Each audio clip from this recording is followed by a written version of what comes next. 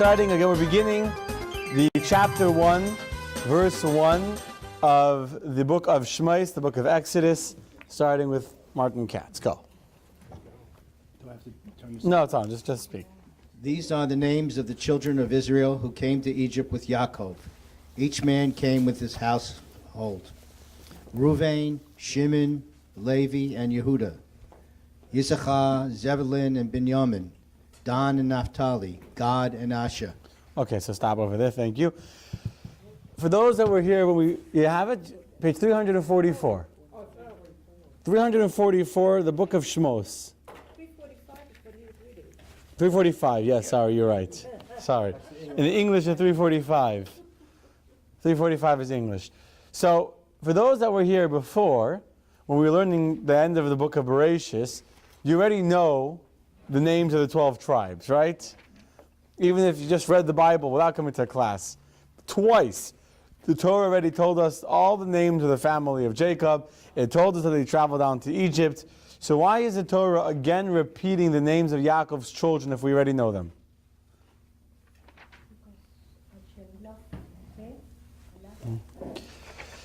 When you count something again and again, the reason why you count something so many times is because it's important to you.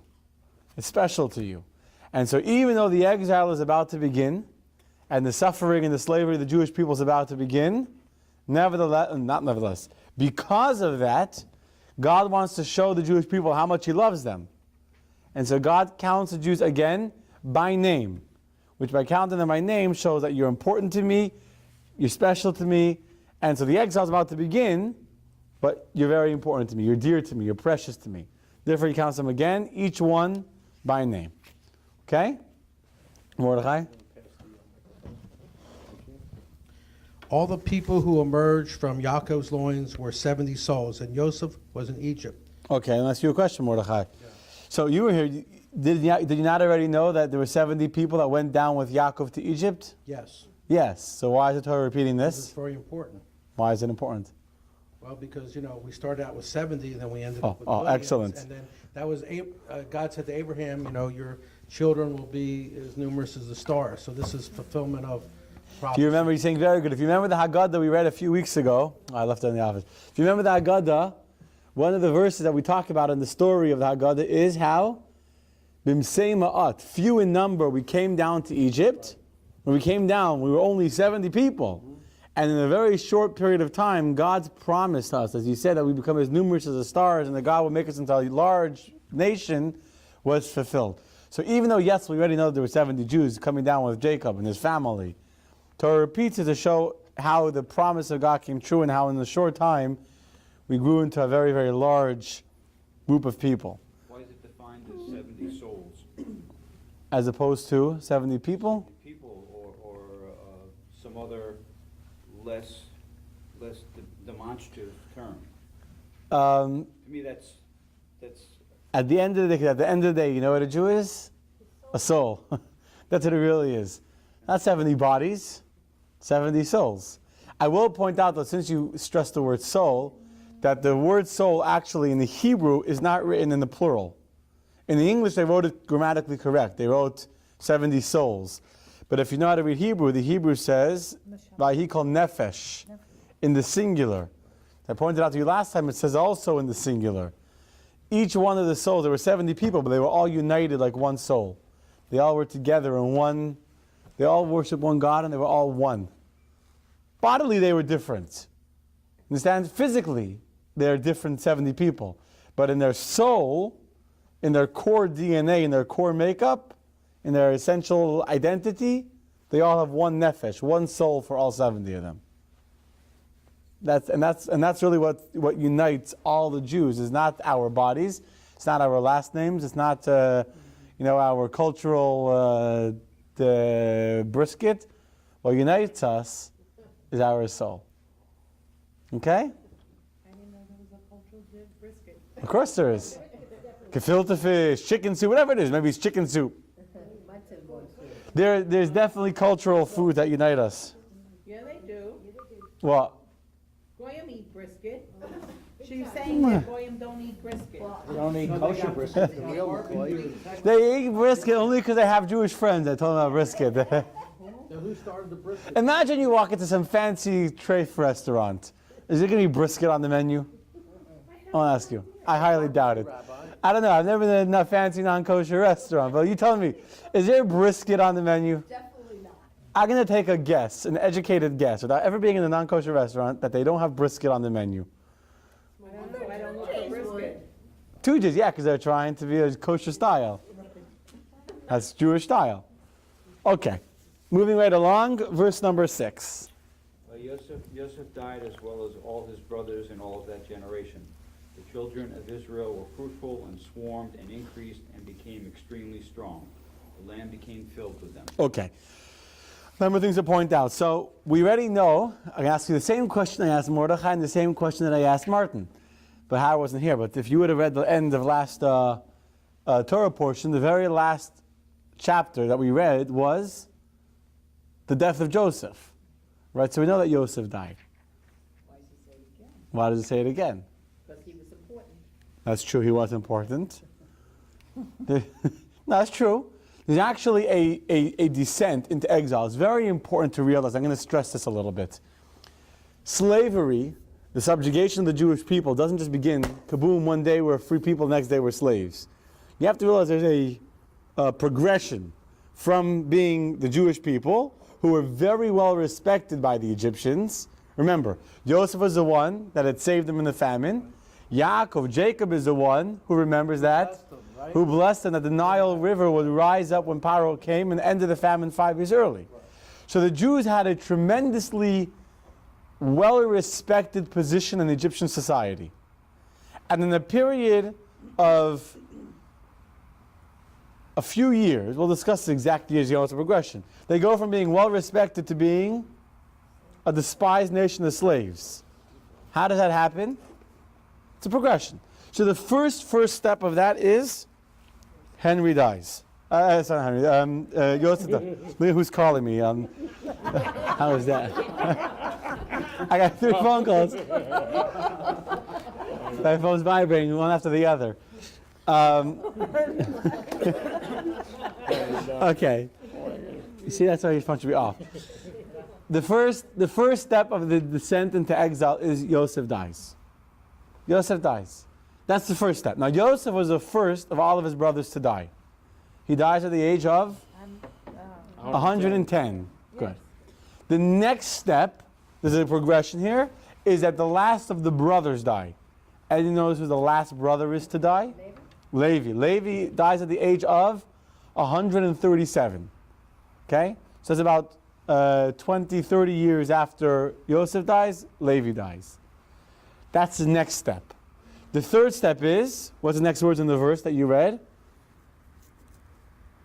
Joseph died, his brothers died, and then all the people of that generation, all the children, all the remaining people of that 70 people that came down to Egypt, they all die. And then the fourth step of the beginning of exile is how the Jews become fruitful and increase and become very, very multiple, very, very plentiful, and that begins the hatred of the Egyptians, that they start to oppress them, etc. So it's a progression. It doesn't take a long time. Joseph dies 110, 137 is when Levi dies. The rest of the people of that generation die, and then the oppression of the Egyptians begin. Now, before we get into the oppression, I want to point something else out. Rashi says that the Jews were fruitful and swarmed. Okay? Swarmed is not usually a word you use to describe people multiplying in many. The word swarmed is actually an English translation for the Hebrew word vayishritzu. For those who speak Hebrew, the word sheretz means an insect. Right. The Torah describes the mass production of the Jewish people as insects, meaning that they had 6 kids at a time. Just like when insects have, reptiles have children, have many at a time, so too the Jews were giving birth to many at a time. 6 kids at a time. Well, like cockroaches, yes, and that's how the Egyptians looked at them. Like cockroaches that were just mass producing. Now, where do you get the number 6 from? One second. Where do you get the number 6 from? If you look in the verse, it says that the Jewish people paru, they were fruitful, they swarmed, they increased, vayatzmu, which means they became strong, bim'od ma'od, very, very much. See, in the English you don't get the 6 words, but if you read the Hebrew, it's paru, they multiplied, vayishutzu, they swarmed, vayibu, they increased, vayatzu, they became strong, bim'od me'od, which is a double expression of very, very, they multiplied and increased very, very much. So you see in the Hebrew 6 words describing how much the Jewish people were increasing, which means that they were growing 6 at a time. It's a lot of kids. Okay? The word vishatzu is more like, I would think, as in Hebrew, like the fish, you know, when they have the fish. Right. Like a lot of little A lot of love. That's exactly right. That's the implication over here. That the land became full with them and they were increasingly fast. That's good. Verse number 8. I will just say one thing. The Sforno, this is what I told you is Rashi. The Sforno explains the reason why the Torah uses the word that they were like insects is to tell you that after all of the people of that generation died, the Jews turned down a downward path like insects. So they already began going down a downward path. Okay? Verse number 8. A new king arose over Egypt who did not know Joseph. Go on. He said to his people, "Look, the nation of Israel's descendants are more numerous and stronger than we are. Come, let us deal shrewdly with them, lest they increase. For if a war will occur, they will join our enemies, fight against us, and deport from the land." Okay, so there's actually a very interesting debate amongst the commentaries about this new king. So Okay. there is a new king. Well, let's see. According to 2 opinions, Rashi has 2 opinions, Rav and Shmuel. One opinion, Rav's opinion, is that it was a new king. Means it was a new king. The old king died, and now you have a new king that does not know Yosef. What's the problem with that? If the old king died, it should say somewhere the old king died. You don't find anywhere a mention of the old king dying that there should be a new king. So therefore, Shmuel says actually it was the same king. He just pretended to be a new king, meaning he pretended to not know who Yosef was. Either way, even if it was literally a new king, you don't think a new king would know the history of Egypt? You don't think he would know that there was a man called Joseph who had saved the Jewish people from a famine? Right. Anyone who knows the last 100 years of history knows that. So either way, the king knew that. So according to one opinion, he was new, he pretended not to know, or he was the same king who pretended not to know. What does it mean that he was new? It was new means he was reinstated into his position. Shmuel says what happened is, the Medrash says, the ministers wanted to start doing things against the Jewish people. And the king said, you can't. The Jews have been wonderful to us. Yosef is the one that saved us from the famine. His father Yaakov is the one that made the Nile rise up when I walked in front of the Nile. So you know what they did? They kicked him out of office. They deposed him. It was a mutiny. And for 3 months there was no king, until finally the king said, okay, I'll agree to do whatever you want, and they put him back as the king. So it was really the same person, but he was like a new king because now he was singing a new tune because he wanted to keep his position of power. Okay? This is the story of the new king. He agrees to kill the Jews. Now, I'm going to digress now for a few minutes and ask a very, very important question, which is an age-old question that has been asked. How many years of history have there been? 5,000. It's been asked every single generation. We ask this question, which is, why did the Egyptians, or whoever other nation you want to put in there, why did they hate the Jews? Why did the Egyptians want to kill the Jews? Well, according to the book, because they were afraid that they're multiplying so fast. Right, They so will be stronger and they will join with the enemy of Egypt. right, so obviously, Paro has to have a reason to hate the Jews. No one's going to say, I hate the Jews because I hate the Jews. Then you just sound like a racist bigot, right? You have to come with a logical rationalization to justify why you want to kill the Jews. So obviously, yes, Paro is coming with a national security threat. And he's saying the Jews pose a threat to our national security. Look, they could theoretically continue to increase. Theoretically, they could join our enemies, have a war, and they'll go and fight against us. Is that really a threat? No. The Jews had no intentions of making a war. The Jews had never said they're going to make a war. The Jews recognized the fact that when there was a famine in the entire region, Pharaoh had invited them to come to Egypt, had given them a beautiful piece of real estate to dwell in, the land of Goshen, where they lived, they were comfortable, they were taken care of. So the Jews were not looking or in any way insinuating that they were ready to wage a war against Egypt. They had absolutely no intention to, there was no threat from the Jews to Egypt. Egypt had saved them, they were living a happy life, they were very comfortable there, there's no reason. I'm just saying that. This is not the first recorded anti-Semitism that exists in the world. First of all, you have it earlier with Esav and Yaakov, you have it even earlier, but even with the Egyptians you have it. When Yosef's brothers, and I pointed this out to you then, when Yosef's brothers come to meet Yosef, before Yosef reveals himself, right? We read when Binyamin comes the first time. So the Torah tells us how the Jews sat on one table, Yosef sat at another table, and the Egyptians sat on the third table. Because the Torah says clearly, black and white, the Egyptians did not want to eat on the same table as the Jews. The Jews were different than them. So this separation, this anti-Semitism already existed before. The Jews were different, the Jews ate sheep, which was the god of the Egyptians, etc. However, I want to tell you what the Medrash says. Okay? Might not be politically correct, but I tell it to you as it is. That's how this class is. There's no secrets over here. I'm telling you the truth. The Medrash says as follows. And when I read this, I wanted to check up in the Hebrew source to make sure I understood exactly what it's saying. And I read the Hebrew source, and I read some other commentaries on this. After the generation that had come from Israel died, the Jews tried assimilating. Yes, they kept their clothing, I'll talk about that, but they tried assimilating. The first thing they did is stop having a circumcision, because the circumcision was considered disgusting and barbaric in the eyes of the Egyptians, so they stopped the circumcision. They moved out of Goshen. I guess it was getting overcrowded, and they wanted to live amongst their neighbors. And so what happened is, there was always this separation between the Jews and the Egyptians. Even from before they came, the Egyptians looked down at the Jews. And so the Jews said, if we would assimilate into Egypt, if we'll move into the other societies, if we'll move into their neighborhoods, and stop being shepherds, but get other jobs like the Egyptians have, become like them, go to their universities, etc., then we'll fit in. Then there'll be no more separation between the Jews and the Egyptians, and life will be good. Logically makes sense? Yeah. Logically makes sense. If you don't live in Jewish ghettos and Jewish neighborhoods, and you live with everyone else, everything will be great, and you all get along. But in fact, the exact opposite happened.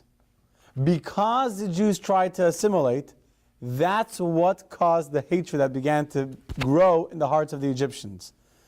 Which means, this was divinely ordained. God wants the Jews to be separate from the non-Jews. He wants us to be separate. We're an Am Levad, we're a nation that's alone, we dwell alone, we're meant to be different, we're meant to be the nation of God that's chosen and separate from the rest of the people. And when the Jews forget that, and when the Jews don't try and maintain their unique identity, that's when, most of all, when God says, I have to remind them who they are. I have to remind them that they're different than non-Jews. And the analogy for this is as follows. You have fire and you have water, right? Mm-hmm. When the fire and the water are separate, and there's a piece of metal that's separating the fire and the water, not only is that a good thing, but then the fire can very, very positively impact the water and make the water hot.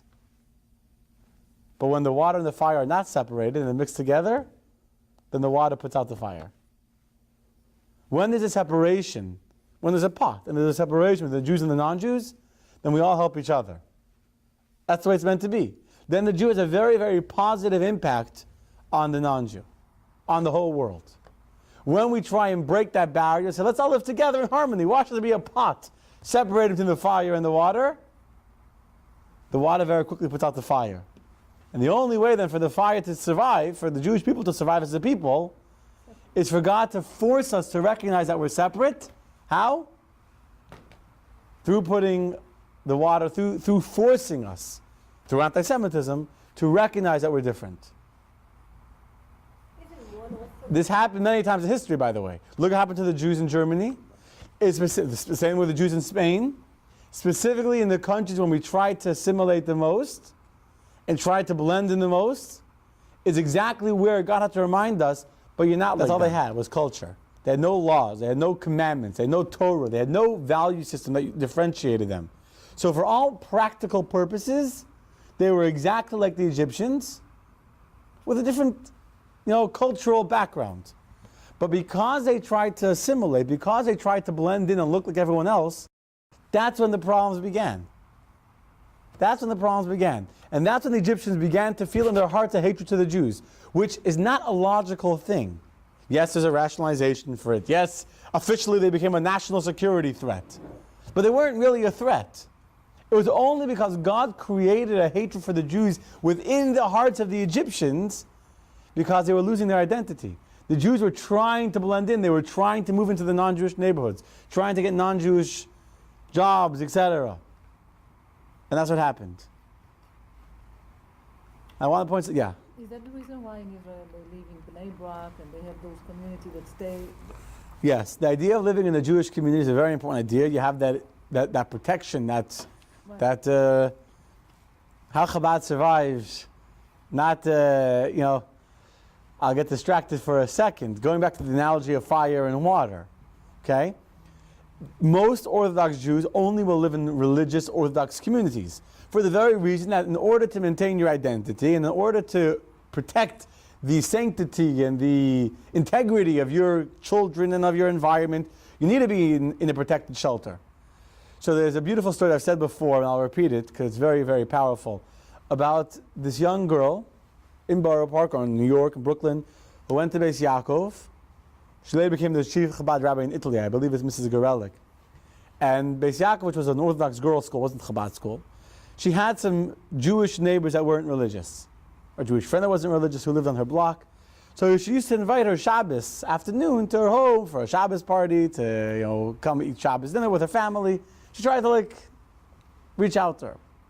One day the principal calls this young girl into his office and says, I understand that you're trying to befriend your not religious Jewish neighbor, and I'm sure you have very good intentions in heart, but I want to warn you that what you're doing is very, very dangerous. Why? He gave her an analogy. He said, imagine you have a pot of boiling hot water, and you pour cold water into the hot water. What happens? Cools off the hot water.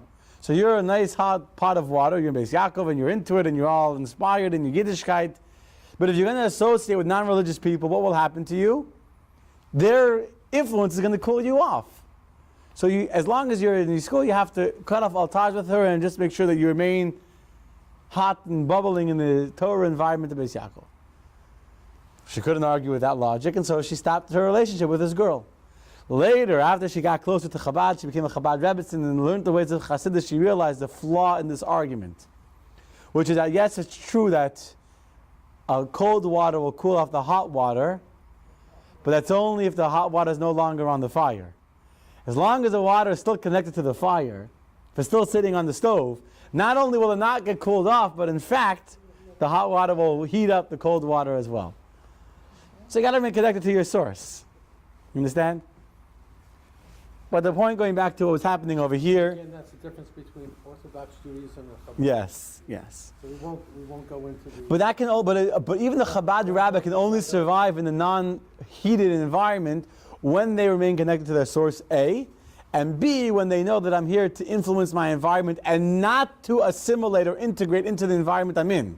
The moment that a person moves to a community and tries to blend in, or tries to be part of the community and try and be part of integrate with society and be like everyone else, that's the moment that they failed.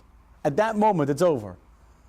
Chabad rabbi can only survive because we're willing to stick out like sore thumbs, and we're willing to be different, and we're willing to stand proud and very comfortable who we are and what we stand for, and say, this is my standard, and I hope I don't offend anyone, but this is what I, and say it nicely, but with a firmness that comes from conviction of our truth, then you can be able to be an inspiration, be an influence on the environment around you. That's what the shluchim are. See, it takes tremendous strength to be able to say, not only strength, a tremendous conviction in what you believe and what you know is right, to be able to stand up and know this is who I am, and I don't feel any need whatsoever to blend in and be like everyone else. I know that I'm different. I'm comfortable being different, and I'm proud that I'm different. And that's where most Jews have a hard time. That's where most Jews have a hard time. They have good intentions, but they think logically, if we integrate, if we be more like everyone else, and we wouldn't stick out so much, and we wouldn't be too Jewish, as Jackie Mason says, right? You know, Jackie Mason's whole spiel about being too Jewish. You know, the non-Jew walks out of the Gentile walks out of the show. I loved it. It was great. The Jew walks out of the show. So first they got to ask their wives if they like the show or not. You ask them, you like the show? I'm not sure. I got to ask my wife. I thought I liked it. I'm not sure. She says, I don't like it. I thought I liked it. I guess I don't like it. And then the wife tells, nah, you didn't like it. It was way too Jewish. Right? It's too Jewish. We got to be too Jewish. That's fine. Okay, now I want to take this even a step further. If you notice, what does Paro say? Paro hates the Jews, right? There's this tremendous hatred in his heart, and he wants to destroy the Jews. He wants to kill them. So I'm asking you a very, very simple question. Paro is a king, right? Mm-hmm. It's not a democracy. This is a dictatorship. Paro could just say, I'm going to kill them all. In fact, that's what he's going to do in a few verses. We're going to read how he throws them into the Nile, right? So why does Paro say, come let us deal wisely with them? As you read, he doesn't say, I'm going to kill the Jews. He doesn't say we have these are terrible people. What does Paro say? In verse number 7? In verse number 10? In verse number 10, what does he say? Deal shrewdly with them. Let us deal shrewdly. What's the need for trickery? Just say clearly, I hate the Jews. They're a threat. We got to kill them. So the Ramban says something, the Ramban asks this question. The nation of Egypt was not a barbaric group of people. They were sophisticated people. They were educated. They were the superpower of their time. They were by far the most civilized, progressive, advanced nation living in that time of history. They had the hieroglyphics, the only language we have from that time is Egypt. Their sophistication in building the pyramids were the wonders of the world. They were an intelligent nation. They were not barbarians. Sophisticated, educated. They had a whole system of priests and teachers.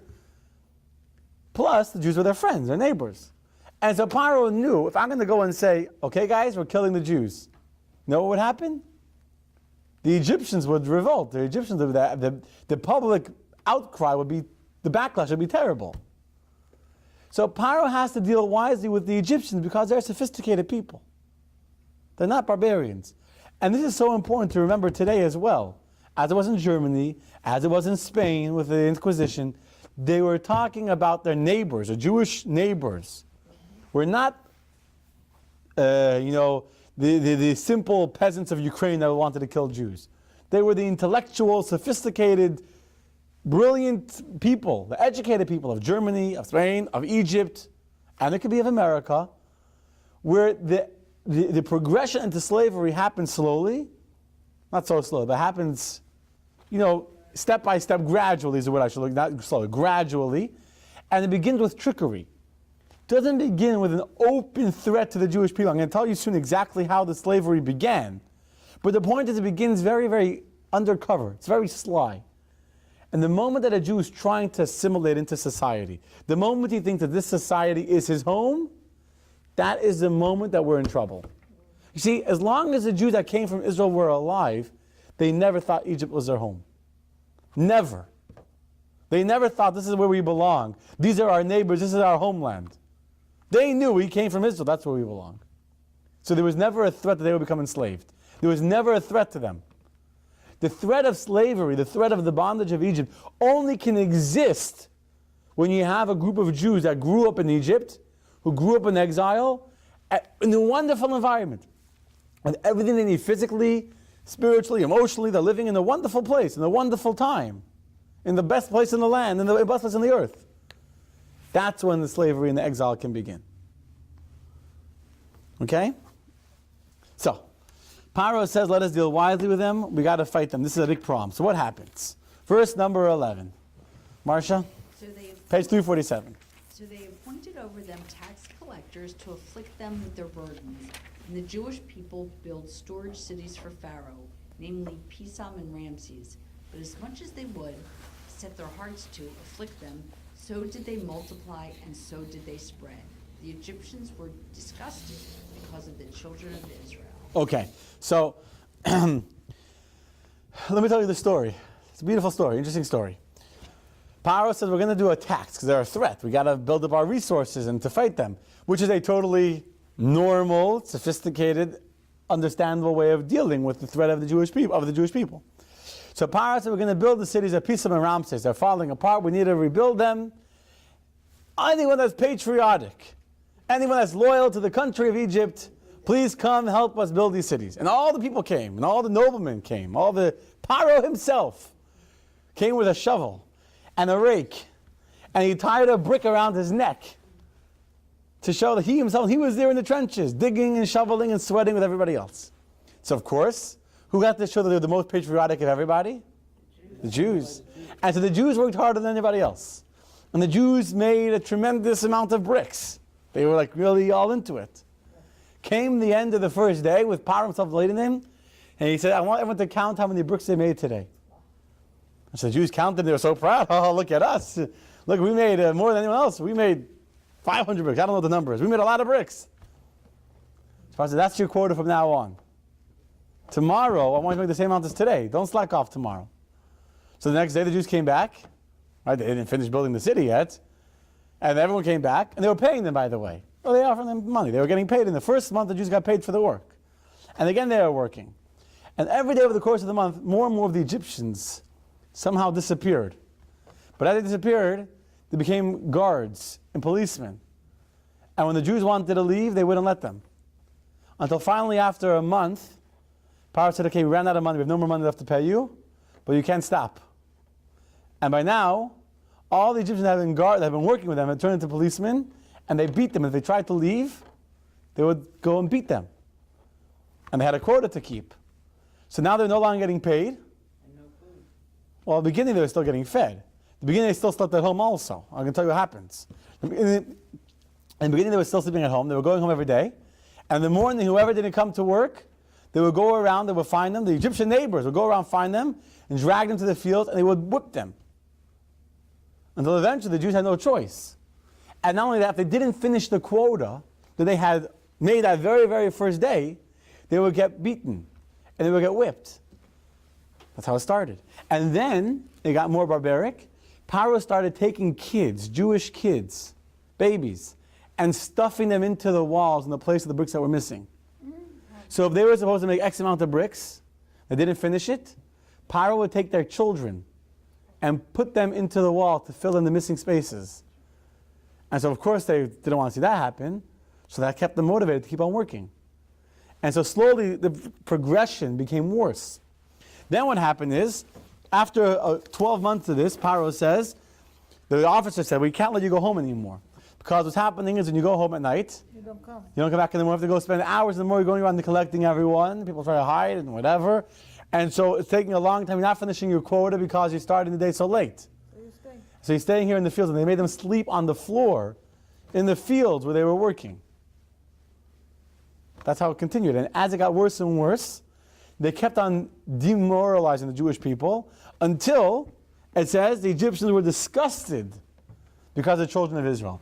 Meaning not only was there a physical slavery going on over here, but at the same time there was a psychological slavery going on, and Paro was deliberately doing everything he could to dehumanize the Jewish people, which is exactly what the Germans did as well.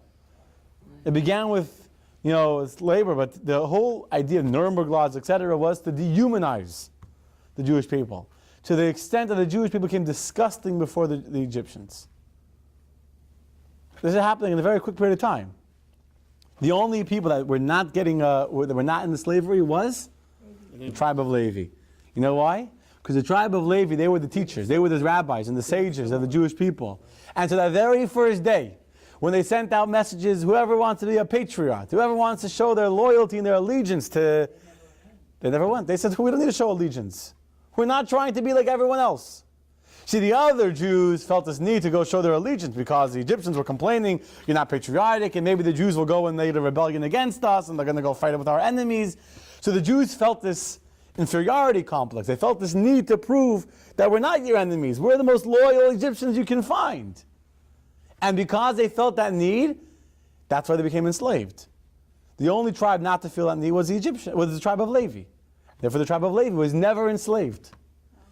Realize this, if for one day the tribe of Levi would have gone to work, even only one day, they would have left their study halls and said, okay, it's just a one day, we'll go, show our faces. That's it, they would have another 100 years in slavery. But they never got involved. So therefore they were never part of that progression as it got worse and worse. And by the Egyptians respected that, because if you remember when Yaakov told his sons to carry his coffin, he told Levi not to carry his coffin. So they knew that Levi was a holy tribe. And in Egypt, there was also the idea of priests. If you remember when all the people bought the land from Paro, from Yosef, the only ones that didn't buy land was the priests. No, the priests are the Egyptian priests. Because Paro had already made a set decree that all the priests in the land of Egypt were fed from the king's coffers. So Egypt understood that there has to be a certain group of people that are the elite, the scholars, the thinkers. And the scholars, they don't have to work. So the Egyptians respected that. And that was the light that the Jews had. It was a tribe of Levi that remained pure and remained holy and learned. But the rest of the Jews very, very fast. This first phase of labor was about 30 years. From the Hebrew year 2332 until the Hebrew year 2362. Okay? And again, during the course of those 30 years, the intensity of the slave labor got worse and worse, beginning with just working in the fields and going home at night. Then when they couldn't even go home at night, and then they got worse. Verse 13. Robin? Oh, okay, yeah. I don't need them. Okay. The Egyptians enslaved the children of Israel with crushing labor. They embittered their lives with hard labor, with mortar and with bricks, and with all kinds of labor in the fields. All their work that they made them do was crushing labor, manual labor. Okay. You'll notice he said crushing labor, hard labor, bitter labor, crushing labor, all different kinds of labor are mentioned in what you just read. Mm-hmm. What's up with all those different labors? Each one was progressively worse. Each one got a further degree into the pit, into the quicksand, if you will, of not only of labor, but of torture, of brutal, sadistic torture. It's also to break down the Jewish faith. I know the word, but I can't say it. I don't remember it. It's to break it down. Psychologically. Thank you. And the idea was that Paro was hoping that the Jews would stop having kids, because they'd be so enslaved that they would be first of all, they were sleeping in the field, so they couldn't go home to their wives. But more than that, they'd be too tired, they'd be too broken to want to have children. Why would you want to have children when you're living in such terrible conditions? So the Egyptians enslaved the children with crushing labor. The crushing labor means that they would make them work. After they built something, they would tear it down and make them build it again. The worst kind of labor is not to work hard and build something. You can work 18 hours a day, 20 hours a day, slave labor, but at least you see a finished building afterwards, you see a finished storage pyramid, at least you can say, I accomplished something. They made them work in quicksand. Some of the cities of Pisum and Ramses were built on fault lines or on quicksand. And they were built, by the time they finished building, the foundations had already corroded or broken away, and the whole building would collapse. And they make them tear down and build it again. That's crushing labor. Then they embittered their lives with hard labor. Here the point wasn't how the labor was hard, but it was bitter. Meaning, they started making the Jewish people work in their homes. The Egyptians were now given the right. In the beginning, they were only allowed to work for Paro to build storage houses and national security defense lines and protections, etc. Then they became so demoralized, they became like such second-class citizens, where they lost their rights to the extent that any Egyptian was allowed to take a Jew home at night and make him do work in his house for him. Any kind of labor in the home. Then they got worse, and they made them do opposite labors. They made men do a woman's labor and a woman do men's labor. They started making women work in the homes doing what a man would do, and making a man do things that a woman would do, like sewing and whatever, different. So it wasn't only was hard, not only did they work a whole day in the field building cities, and at night not only did they not sleep in the fields, they were taken back to work in people's homes. Any kind, anything an Egyptian wanted a Jew to do, a Jew had to do, or else he could be beaten and be killed for it. Anything. And not only that, they were allowed to use them in evil ways, in sadistic ways, in terrible ways. So it wasn't only it was crushing, not was it crushing labor that they were seeing their work being destroyed, but at the end of that they were taken to do bitter labor in the homes of the Egyptians. Rabbi, how do you know all this stuff? Everything I'm telling you, haha. For that, you need to come to the Tuesday night course we're starting, called Judaism Decoded, and there we're going to explain in great detail. It's an excellent question you're asking. It's an excellent question. Let me just give you you have to understand when the Torah was given, there was a written Torah and there's an oral Torah. But let me say one very, very quick answer, and then really, if you want to understand it in depth, I really, really strongly recommend you join the Tuesday night class. I believe it's going to be one of the most important courses I've ever taught. I'm being serious. Because I'm going to explain exactly how the tradition of Torah is given, how we know. But let me just say this very, very briefly. Let's say you write a diary, or you write an email story to your children, telling them something happened to you, right? Are you going to write every single detail that happened? Let's say you see a photo album, right? And then on the photo album you write, our trip to the beach, or whatever. Or, Robin catching starfish, whatever. Then, and you're showing that photo album to your kids 30 years later, you tell them, you remember this was a funny thing that happened. I came and Jeff's car broke down. Right? And you start telling them all the details. You don't write it all down, but you tell it to them. And when they show their kids a photo album of their mother, 30 years later after you told it to them, they say, our mother told us that what happened is the car broke down. You understand? Yeah. But isn't it in those days, a lot of the Jewish people didn't know how to read or write? The Jews did. The Jews were educated. Not the ones that were enslaved were How do you know? educated. How do you know? Where did you get that from? But isn't it true that the parents, the mothers, carried down the stories and the fathers from one generation to the Sure. other by telling? They didn't have to have it written down. That's before the Torah was written. Yes, the Torah was not written at all. But the When stories of what happened with the Jews in slavery, in order for them to remember what's going on, this is generation after generation. It wasn't just overnight that they were free. There is actually written scrolls, but if you look before the giving of the Torah, it says on the 5th day of Sivan, the Moshe wrote down the scrolls that he had of the history of the Jewish people till that point. But irrespective of that detail, let's just say for simplicity's sake, not necessarily true, but for simplicity's sake, the written Torah is not written yet. Therefore what? The story doesn't change. It doesn't change the story. Of course it doesn't. So I'm telling you the story now. This is how, okay, in my family, in order to know about my family, the mother tells us the stories of her growing up, Right. of her parents. So the growing stories up, I'm telling and you- down generation, it's not written down, it's just stories. So the stories I'm telling you now are the oral stories that are not written down. Meaning we only read the 10, 12 verses so far in class. I've been speaking for 50 minutes. Right now I'm telling you a lot of stories that are not yet written, that are not anywhere in the actual script. Those are stories that were told to my father by his father, by his father, by his father, by his father, going all the way back to Moses at Mount Sinai. Another story. Another story. So what happened to the Jewish people during the 30 years? They're enslaved. They're enslaved. You know what's happened? They're still having kids. Despite all of Paro's plans and all of the crushing labor, they're still having kids. You know why? In the merit of the righteous woman. The women in the story of Egypt are the heroes, or the heroines, I should say. The midwives. No, the midwives I'll get to in a minute. They are the heroes. You know why? The wives, the women. They used to go, their husbands were coming home, they used to go to the well, draw water. In the water they were drawing, there was fish that were coming out in the water. They would then go cook the fish, and they would heat the water, and they would go rub their husbands, they would massage their husbands with the hot water. They would give them the fish to eat, and they would give them wine to drink. And then they would take out these copper, after their husbands were fed and rested, they would take out mirrors. And they would examine themselves in the mirror. And they would tease their husbands, and they would say, ooh, look at how pretty I am. I'm prettier than you. Women would say, how you should do, take the mirror. They would seduce their husbands, and where's the rated R, right? This is, they would seduce their husbands, and they would talk about how beautiful they were compared to the husbands that would turn their husbands on.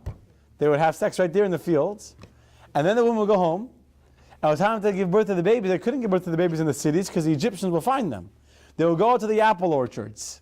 And there under the orchards they would give birth by themselves. What is it? They would go to the apple orchards. And there's verses. By the way, I don't want to get into all the verses. There's verses for everything I'm telling you that proves. The Medrash proves verses. Some of them are in the Haggadah we read on Pesach.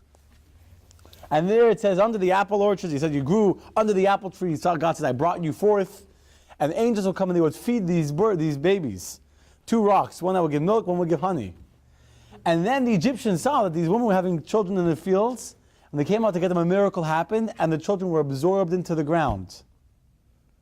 And the Egyptians couldn't find them. So they went and they plowed the fields, the apple orchards. That's why it says that the Egyptians plowed on top of your backs.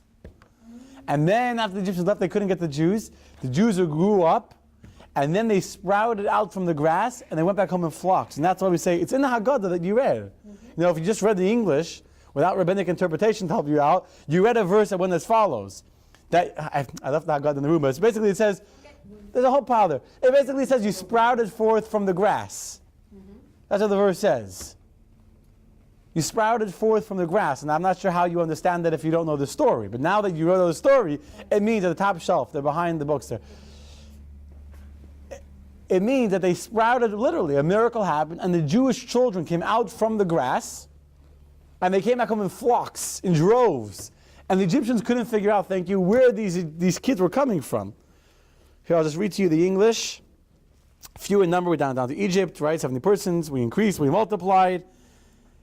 I caused you to thrive like the plants of the field, and you increased and grew and became very beautiful. So God says, I caused you to thrive like the plants of the field, meaning you grew up.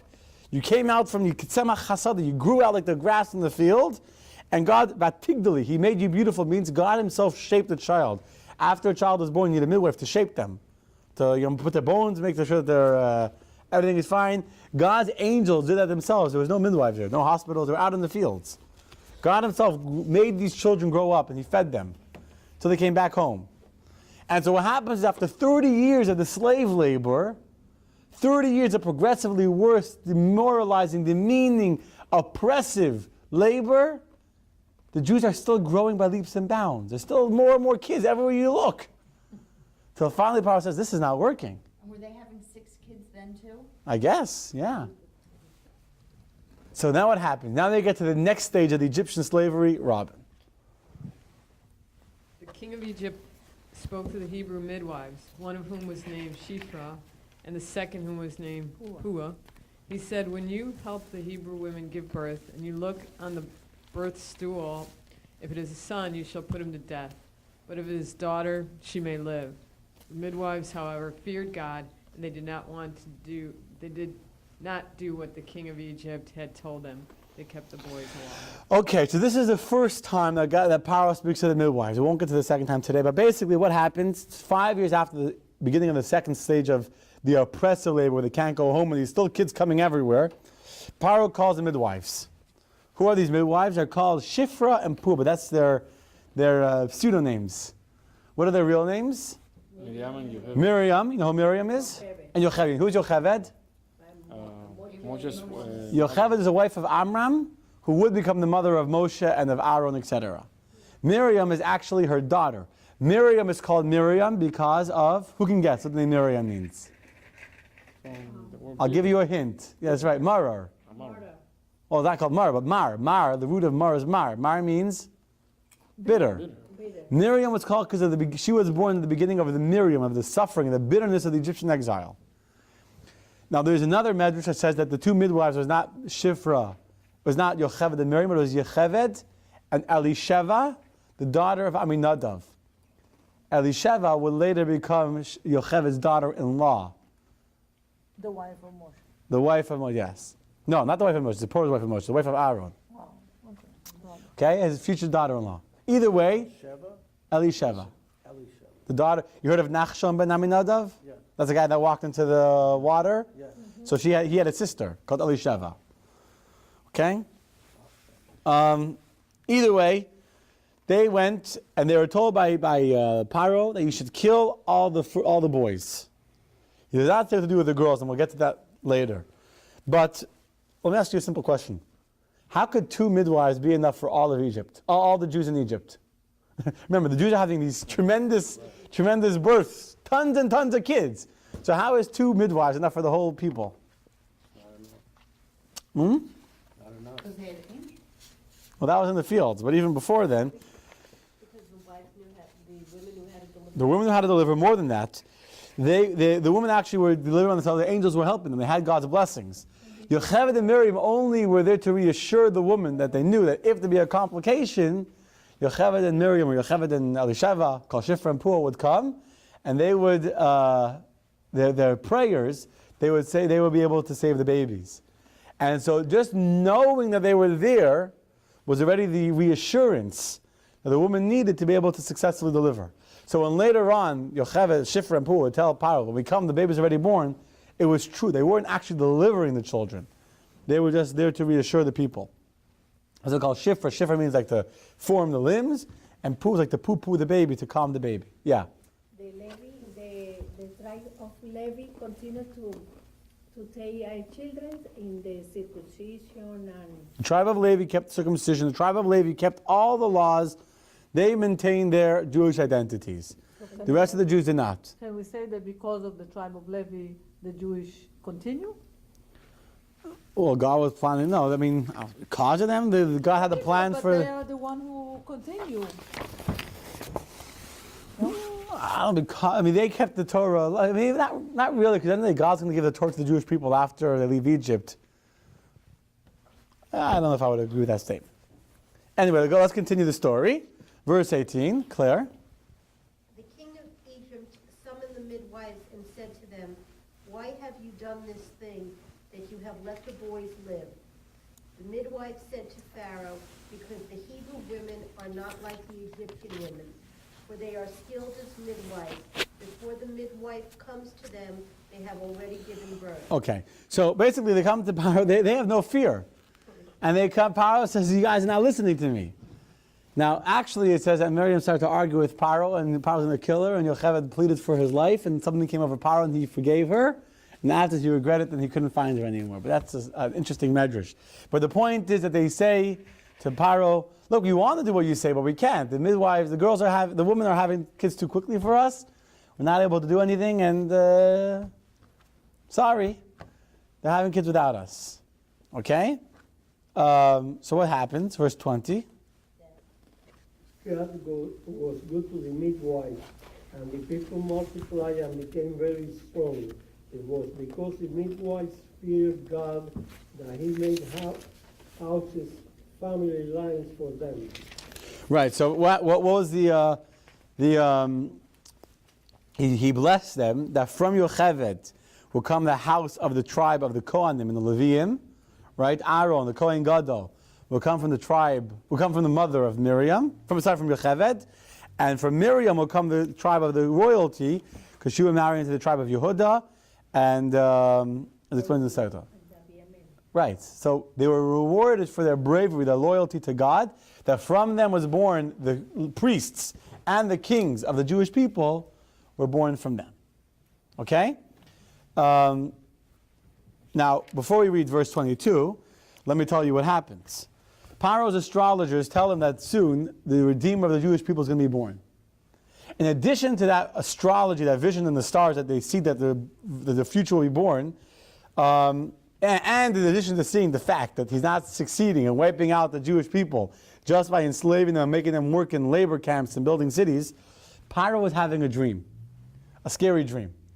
In this dream, he was sitting on this throne, surrounded by all of his noblemen and all of his advisors, and all of a sudden this old man comes to him holding a scale, and he grabs Paro and all of his advisors and puts them on one scale, and then he takes this white little lamb, a little baby white lamb, and puts it on the other scale, and the white lamb outweighs everyone. And you see the scale keeps going lower and lower and lower until it outweighs them all.